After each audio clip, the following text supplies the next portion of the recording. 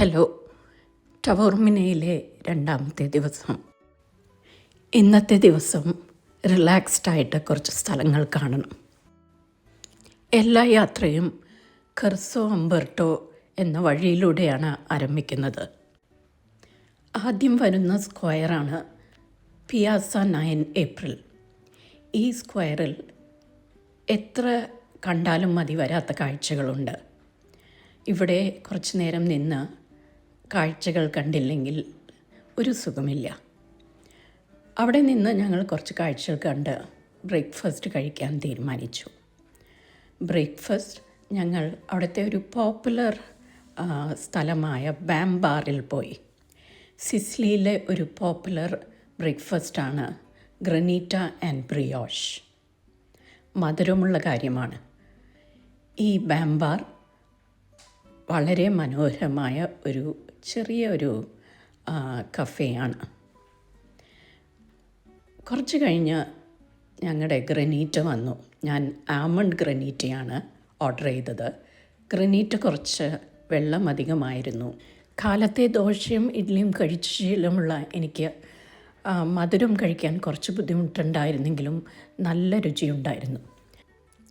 അത് കഴിഞ്ഞ് ഞങ്ങൾ അവിടുത്തെ പ്രസിദ്ധമായ ഗ്രീക്ക് തിയേറ്റർ കാണാൻ തീരുമാനിച്ചു. ലെമൺ പ്രോഡക്ട്സിനും പിന്നെ പിസ്റ്റാഷ്യോ പ്രോഡക്ട്സിനും പോപ്പുലറായ സ്ഥലമാണ് സിസിലി. അതുകൊണ്ട് ഒരുപാട് ലെമൺ പ്രോഡക്ട്സ് അവിടെ കാണാം. ഇവിടുത്തെ കാറുകളെല്ലാം വളരെ ചെറുതാണ്. ഇവിടുത്തെ പാർക്കിംഗ് കിട്ടാൻ വളരെ ബുദ്ധിമുട്ടാണ്. പിന്നെ റോഡുകൾ വളരെ വീതി കുറഞ്ഞതാണ്.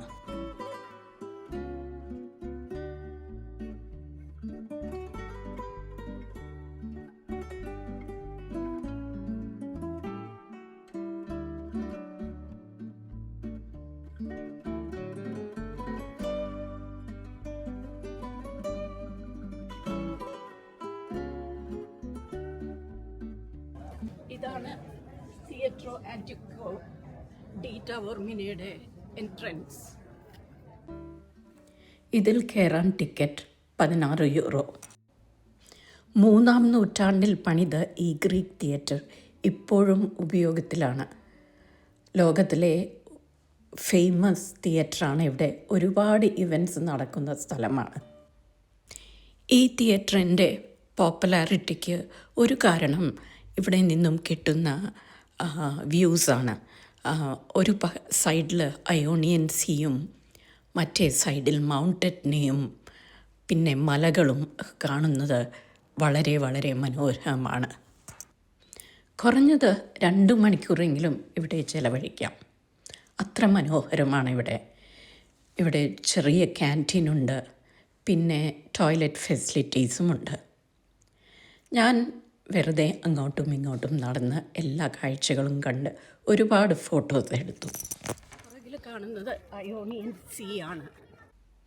ആ കാണുന്നതാണ് മൗണ്ട് എറ്റ്ന.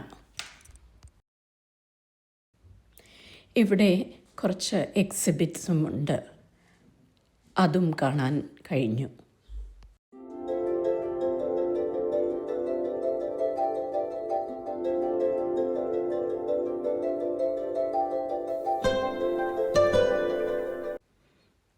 ഗ്രീക്ക് തിയേറ്റർ വിട്ട് ഞങ്ങൾ അടുത്ത ഡെസ്റ്റിനേഷനിലേക്ക് യാത്രയായി.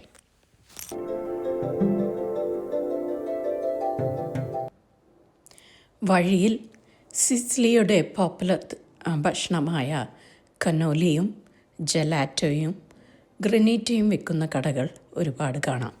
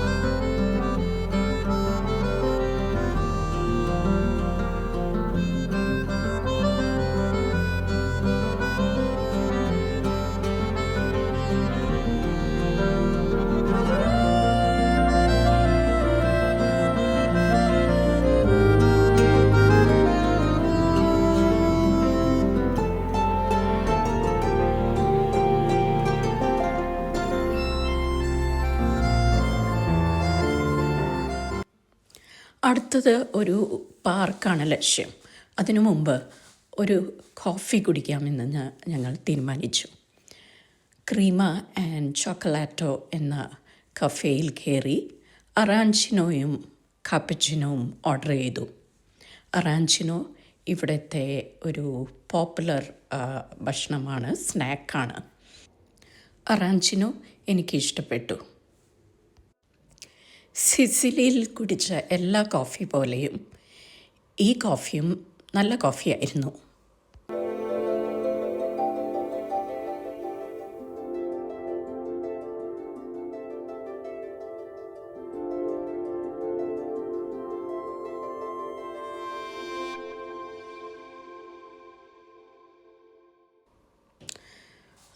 അത് കഴിഞ്ഞ് നടന്ന് ഞങ്ങൾ പാർക്കിലെത്തി. ഇതൊരു പബ്ലിക് പാർക്കാണ്. എൻട്രി ടിക്കറ്റൊന്നുമില്ല. പക്ഷേ വളരെ മനോഹരമായ പാർക്കാണ്. ഇതിൻ്റെ അകത്ത് ഒരുപാട് ചരിത്രവും ഭംഗിയുള്ള പിക്ചേഴ്സ് എടുക്കാനുള്ള സ്ഥലങ്ങളുമുണ്ട്. ഇവിടെ നിന്നും മൗണ്ട് എറ്റ്നയുടെ വ്യൂ കാണാം. കുട്ടികൾക്ക് കളിക്കാൻ ഒരു പ്ലേ ഗ്രൗണ്ടുണ്ട്. അതുകൂടാതെ ക്വയറ്റായിട്ടിരിക്കാൻ ഒരുപാട് സ്ഥലങ്ങളുണ്ട്. ഈ പാർക്കിൻ്റെ പേര് വില്ല കമ്മ്യൂണേൽ എന്നാണ്.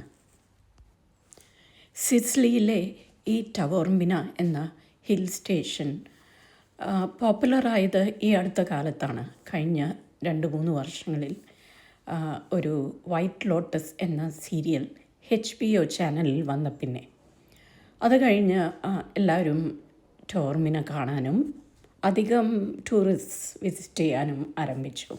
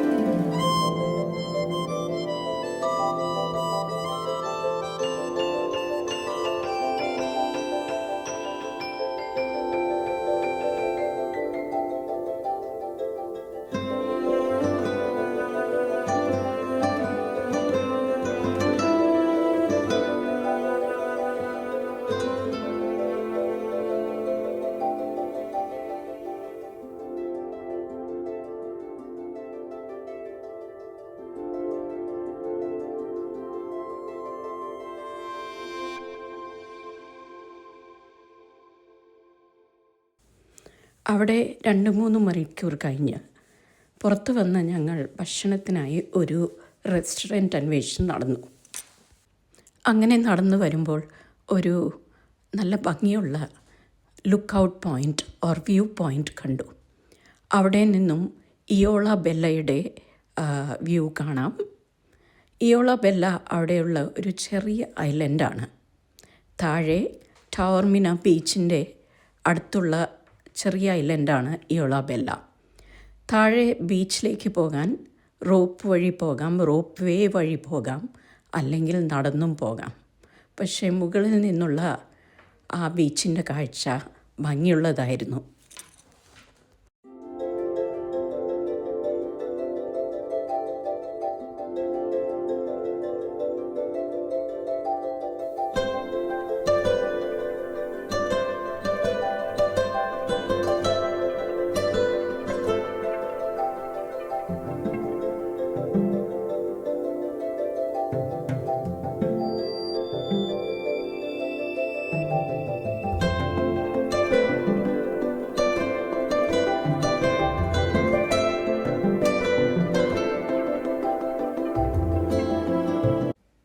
അവിടെ നിന്നും കുറേയേറെ ഫോട്ടോസ് എടുത്തു. എന്നിട്ട് അവിടെ നിന്നും ഞങ്ങൾ പിന്നെയും നടന്നു.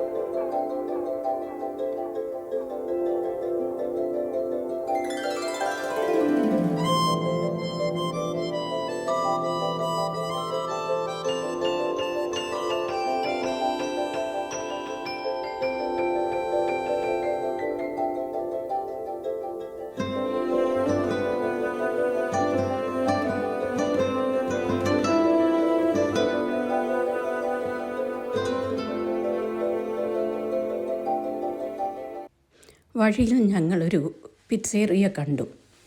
അവിടെ ഒരു ചെറിയ ക്യൂ ഉണ്ടായിരുന്നു. എവിടെയൊക്കെ ക്യൂ ഉണ്ടോ അവിടെയൊക്കെ ഭക്ഷണം നന്നായിരിക്കുമെന്ന് പൊതുവേ പറയാറുണ്ട്.